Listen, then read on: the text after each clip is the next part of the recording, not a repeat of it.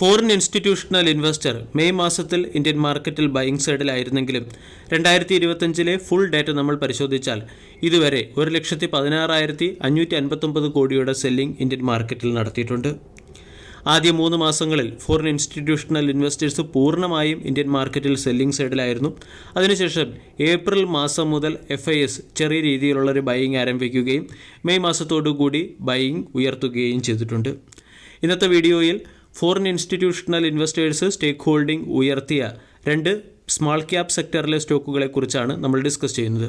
ഈ 2 സ്റ്റോക്കുകളും micro cap കാറ്റഗറിയിൽ ഉൾപ്പെടുത്താവുന്നതാണ്. കൂടാതെ അധികം ആരും ഈ സ്റ്റോക്കുകളെക്കുറിച്ച് ഡിസ്കസ് ചെയ്യാറുമില്ല. ഇന്ത്യ പാക് സംഘർഷം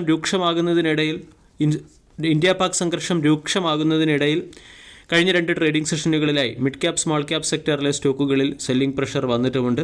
ഈ 2 സ്റ്റോക്കുകളും സ്മാൾ ക്യാപ് സെക്ടറിലെ സ്റ്റോക്കുകളായതുകൊണ്ട് സ്റ്റോക്കുകൾക്ക് ചെറിയ ന്യൂനതകളും ഉണ്ടാകാം.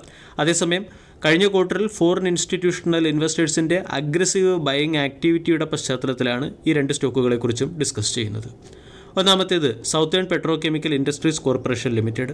കഴിഞ്ഞ ദിവസം 4% ഇടിയുകയും ഒരു മാസം കൊണ്ട് 12% കറക്റ്റ് ആവുകയും ചെയ്ത സ്റ്റോക്കാണ്. 73 രൂപയ്ക്ക് അടുത്ത് ട്രേഡ് ചെയ്യുന്നു. 52 വീക്ക് ഹൈ 96, 52 വീക്കിലോ 64. 1,500 കോടി രൂപയുടെ മാർക്കറ്റ് ക്യാപ്പുള്ള കമ്പനിയുടെ വാല്യൂഷൻ 23, ഡിവിഡൻഡ് യീൽഡ് 2%-അടുത്തും. SPIC എന്ന സ്റ്റോക്കിൽ ഫോറിൻ ഇൻസ്റ്റിറ്റ്യൂഷണൽ ഇൻവെസ്റ്റർ അവരുടെ സ്റ്റേക്ക് ഹോൾഡിംഗ് 4.03% ഉയർത്തി ടോട്ടൽ സ്റ്റേക്ക് ഹോൾഡിംഗ് 4.87% ഉയർത്തിയിട്ടുണ്ട്. ഇവിടെ കമ്പനിയുടെ സെയിൽസിലുള്ള പെർഫോമൻസ് തന്നെ ആയിരിക്കും ഫോറിൻ ഇൻസ്റ്റിറ്റ്യൂഷണൽ ഇൻവെസ്റ്റേഴ്സിനെ ഈ കമ്പനിയിലേക്ക് ആകർഷിക്കുന്നത്. ഇയർ ഓൺ ഇയറിൽ കമ്പനിയുടെ സെയിൽസിൽ 62% വളർച്ച കമ്പനി കൈവരിച്ചു.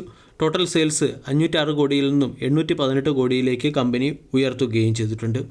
നെറ്റ് പ്രോഫിറ്റിലും 15%-അടുത്തുള്ള വർധനവ് വന്നിട്ടുണ്ട്. 33 കോടിയിൽ നിന്നും 38 കോടിയിലേക്ക് 2024 ഫിനാൻഷ്യൽ ഇയറിൽ നിന്നും 25 ഫിനാൻഷ്യൽ ഇയർ ആയപ്പോൾ നെറ്റ് പ്രോഫിറ്റ് ഉയർന്നു. ഏർണിംഗ് പെർ ഷെയർ 1.63 രൂപ പെർ ഷെയറിൽ നിന്നും 1.89 രൂപ പെർ ഷെയർ എന്ന റേറ്റിലേക്ക് ഇയർ ഓൺ ഇയറിൽ വർദ്ധിച്ചിട്ടുണ്ട്. കമ്പനി പ്രധാനമായും യൂറിയ, നൈട്രോജീനിയസ് കെമിക്കൽ ഫെർട്ടിലൈസേഴ്സ് എന്നിവ മാനുഫാക്ചർ ചെയ്യുന്ന കമ്പനിയാണ്. കൂടാതെ വാല്യൂഷൻ പോയിന്റ് ഓഫ് വ്യൂവും സ്റ്റോക്ക് അട്രാക്റ്റീവ് ലെവലിൽ ലഭിക്കുന്നു. 10 വർഷത്തെ ആവറേജ് മീഡിയൻ വാല്യൂഷനിലും താഴെയാണ്. കൂടാതെ ഇൻഡസ്ട്രിയുടെ വാല്യൂഷനേക്കാളും താഴ്ന്ന ലെവലിലാണ് സ്റ്റോക്ക് ട്രേഡ് ചെയ്യുന്നത്. ഇൻഡസ്ട്രിയുടെ വാല്യൂഷൻ 18.9ഉം സ്റ്റോക്കിൻ്റെ വാല്യൂഷൻ 10.04ഉമാണ്. കമ്പനിയുടെ ROE return on capital employment 17.8%. Industrial ആവറേജിനേക്കാളും മികച്ച രീതിയിലുള്ള return on capital employment company തരുന്നുണ്ട്.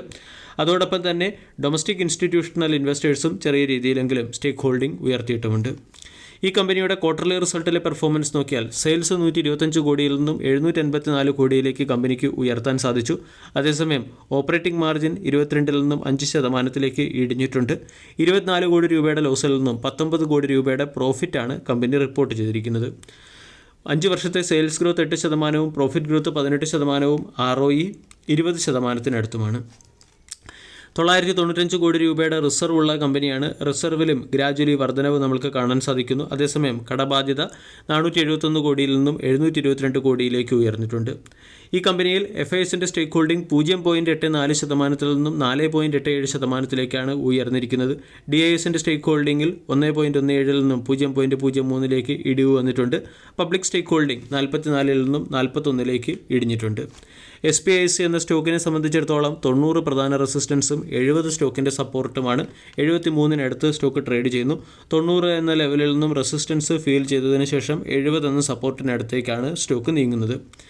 രണ്ടാമത്തെ സ്റ്റോക്ക് ഡെൻ്റൽ കാർട്ട് എന്ന പേരിൽ അറിയപ്പെടുന്ന വാസ ഡെൻറ്റിസിറ്റി എന്ന സ്റ്റോക്കാണ്.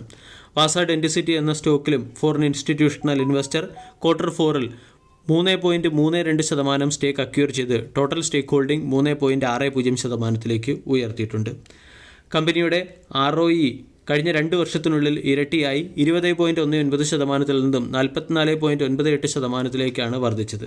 കൂടാതെ റിട്ടേൺ ഓൺ ഇക്വിറ്റി നോക്കുകയാണെങ്കിൽ 49%-ലേക്ക് റിട്ടേൺ ഓൺ ഇക്വിറ്റി ഉയരുകയും ചെയ്തു. കമ്പനി പ്രധാനമായും ഡെൻ്റൽ പ്രോഡക്റ്റുകൾ വിൽക്കുന്നു. ഡെൻ്റൽ പ്രോഡക്റ്റുകൾ വിൽക്കുന്നത് വഴിയുള്ള കമ്പനിയുടെ സെയിൽസിലും വർധനവുണ്ടായിട്ടുണ്ട്. ഇനി ഇൻഡസ്ട്രിയുമായി താരതമ്യപ്പെടുത്തുമ്പോൾ വാല്യൂഷൻ ഒരൽപ്പം ഉയർന്നതാണ്.